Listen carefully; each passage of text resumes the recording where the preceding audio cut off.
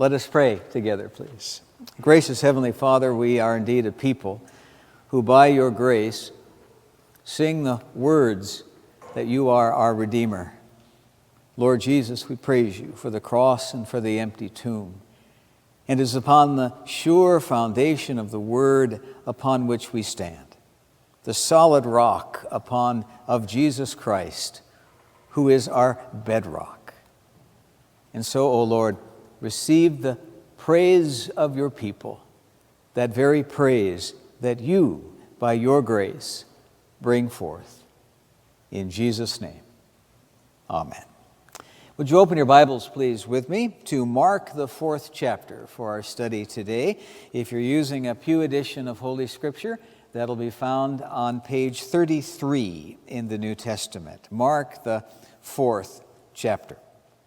We are continuing our summer series, and in fact, we've reached the halfway point on the summer series of bumper sticker theology. We're exploring each week a different bumper sticker. We oftentimes will see bumper stickers that have a theological message to them. Some of them are really good, aren't they? And some of them are really, really bad. Well, we're looking at a different sticker each and every week, and we're examining it critically through the lenses of Holy Scripture. So today is the halfway point in our journey through this sermon series. We've studied bumper stickers such as Got Jesus, bumper sticker, God is not angry, Sin Posse, and there's a whole host more coming in July here and in August. So we look forward to that. The sticker I want to explore with you today is this. Jesus not only calmed the storm, he also rocked the boat. Jesus not only calmed the storm, he also rocked the boat. It was 1990. And it was an incredible theft that occurred. 12 famous paintings were stolen from an art museum in Boston. And to this day, not a one has been recovered. The most famous of the 12 was a painting by Rembrandt.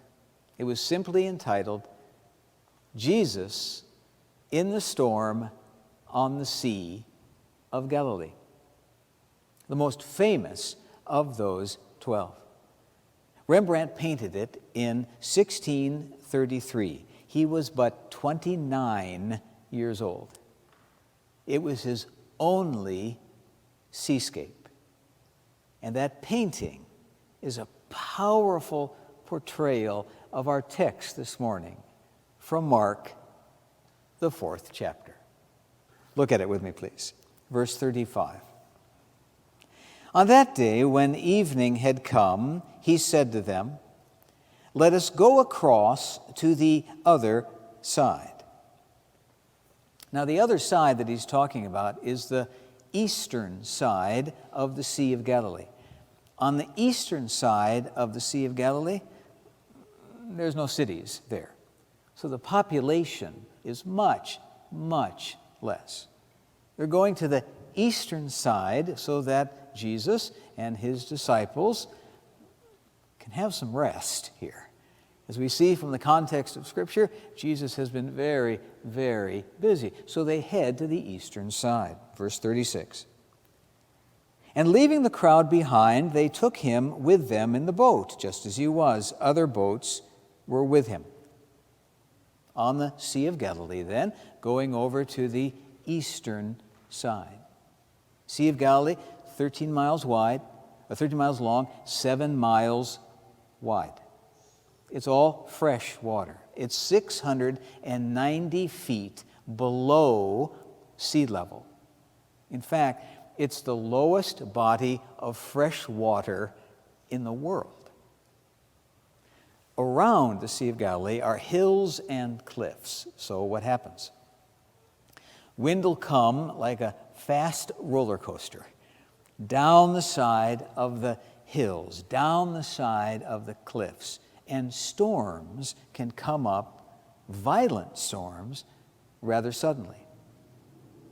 So it's no surprise that we read verse 37. A great windstorm arose, and the waves beat into the boat, so that the boat was already being swamped. In Matthew's account of the same story, he describes the windstorm, and he uses the Greek word seismos. Can you guess what word we get? Seismology. It is violent, earthquake-like storm that has come upon the disciples and Jesus on the sea.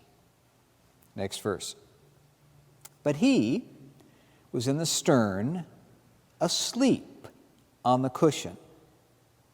And they woke him up and said to him, Teacher, do you not care that we are perishing? Do you not care? What is it that they longed for? They longed for calm. Jesus, fully human, fully divine. 100% divine, 100% human. Not 60-40, not 30-70, and all the kind of ways that in our limited human thinking we try and make it work. No, he's 100% divine, and he's 100% human. That means being 100% human, along with being 100% divine, that means that 100% human part means that Jesus got hungry, that Jesus got tired, that Jesus needed to sleep.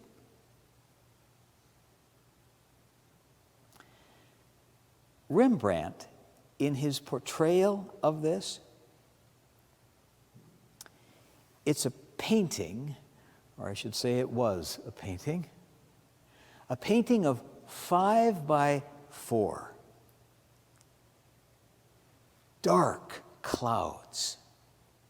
The mainsail of the boat ripped. The boat pitched at a 45-degree angle as it was fighting the waves. And when you look at those on the boat, when you look at the disciples on the boat, 3 of them are trying to fix the mainsail. One of them is hanging on to a wire for dear life. Another one is leaning over the side of the ship. He's sick. One of them is staring just blankly into the darkness, and there are 2 of them right in front of Jesus, who's now awake. They're angry at him. Do you not care that we are perishing? What they wanted was calm. Calm.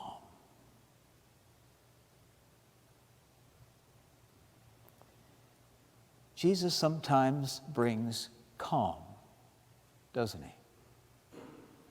Look at the very next verse, verse 39. He woke up and rebuked the wind and said to the sea, Peace, be still. Then the wind ceased, and there was a dead calm. Absolute stillness, because he is Lord of all, and he is Lord of the sea. Psalm 65 tells us this. By awesome deeds you answer us with deliverance, O God of our salvation. You are the hope of all the ends of the earth and of the farthest seas. By your strength you establish the mountains. You are girded with might. You silence the roaring of the seas, the roaring of the waves. Psalm 89. You rule the raging of the sea. When its waves rise, you still them. Verse 40 of our text. He said to them, "Why are you afraid? Have you still no faith?" And they were filled with great awe and said to one another, "Who then is this, that even the wind and the sea obey him?" Jesus brings calm.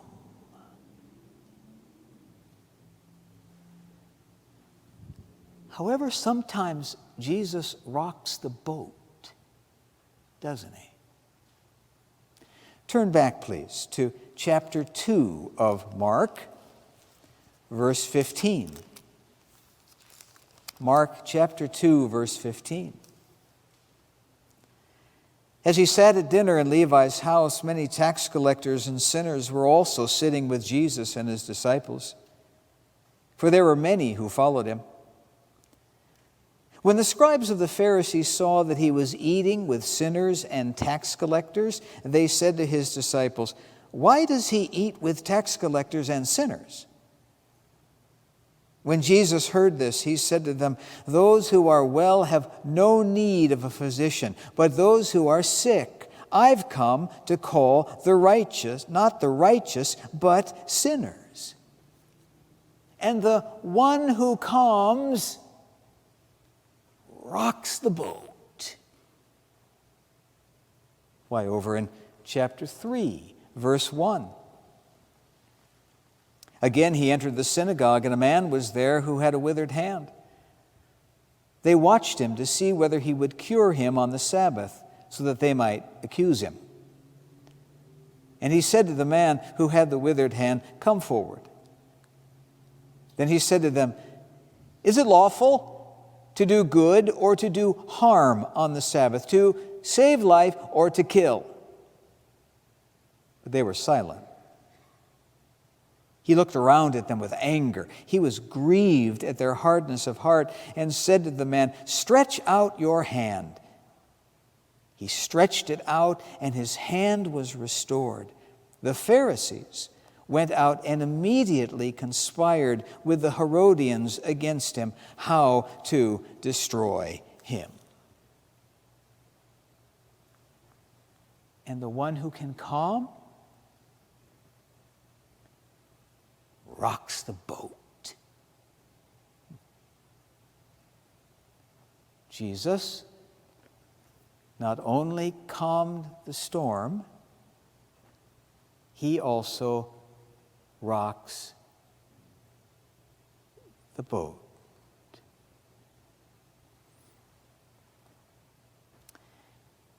And there are times when the one who calms the storms rocks our boats, right? He rocks our boats with regard to the awareness of our sinfulness. He rocks our comfortable nature that we can get with sin. Like a baggy shirt and loosely fitting sweats, we can get rather comfortable with regard to our sin. In fact, we can even normalize it. Why we can get comfortable and why we can justify anything. And the Lord Jesus comes through his word and he rocks the boat. And the mirror of his law is held up to us, and we see in that mirror the sinfulness, and we see the extent of it, the height and the depth and the breadth and the width of it. He exposes the word that was shared that maybe we just want to forget, but the Lord Jesus says that didn't glorify me. He speaks to us continually through His word, and He reveals the action that was taken, and He reveals and says, that doesn't glorify me. It's all the thoughts and all the words and all the deeds and all the things we should have done but we didn't do, and all the things we did but we never should have done. And Jesus rocks our boat as He exposes our sin.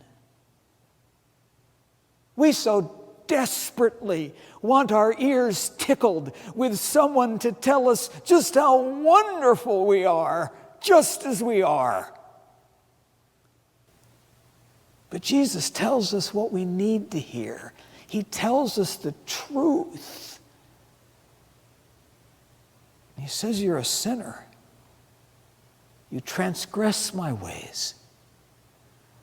And what you deserve, left to yourself, is my wrath. And when He nakedly exposes us through His word, He rocks the boat. The one who calms, the one who rocks the boat in revealing of our sin, He also sometimes allows the waves to hit our boat. For in so doing, He matures us. He moves us out of the kindergarten of our faith. He never, ever, ever wastes a moment of suffering that in God's sovereignty He allows. And when in those times He allows those waves to come and to hit the boat, when He allows those waves, He pulls us away from our self-aggrandizement, from our self-dependency, and He reminds us who we are. Sheep, absolutely dependent upon Him for everything. And when He allows the waves, we are humbled because we understand He is God and we're not. We're not.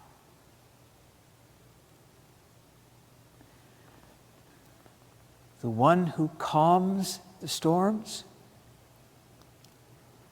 also rocks the boat as He reveals our sin.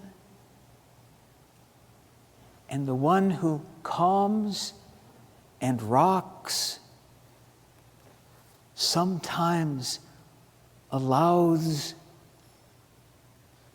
the waves,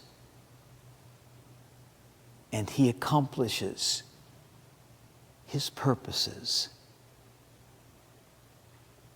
even amidst the most difficult of circumstances, as we're chiseled to be more and more like Jesus.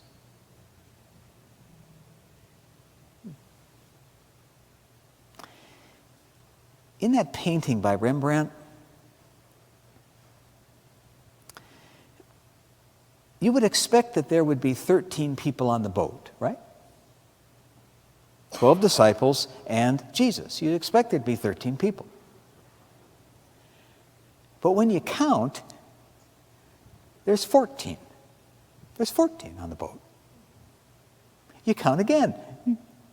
You come up with 14. You count again, and there's 14.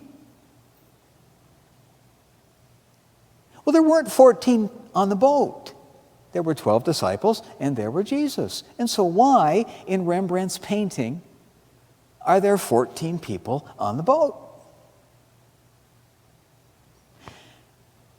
There's one person on the boat that's looking straight at you. So as you see now a picture of that painting, there's one on the boat, only one, that's looking straight at the people that would be looking at the painting.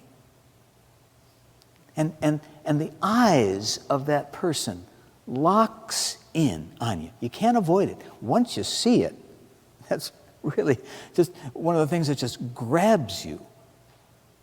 That 14th one on the boat looks right at you. And the face looks so familiar, so familiar. It's Rembrandt's face. We know that because of his self-portrait that he painted. We know it's his face. And so Rembrandt has painted himself into the scene. He's put himself on the boat. And so as you look at it, you see the 12 disciples and Jesus, and the 14th is Rembrandt. And in so doing, he draws you, as the one who is studying the painting, he draws you onto the boat.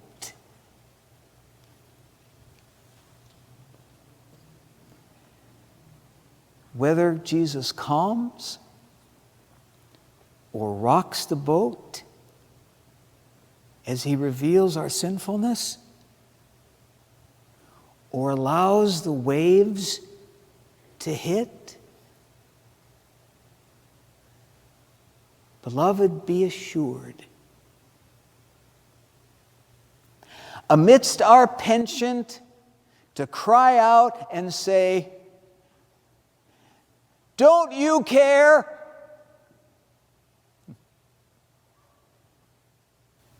Be assured. For the one who calms and the one who rocks and the one who allows the waves to hit is the very one who went to the cross to die for you and me, the very one that took upon himself your sin and my sin and the sin of the entire world, the very one that has redeemed us through his blood, the very one that turns to us and says, "I forgive you," the very one who has claimed us in the waters of baptism, the very one, the Lord Jesus Christ. And he is in the boat. The sticker has got it right. And whether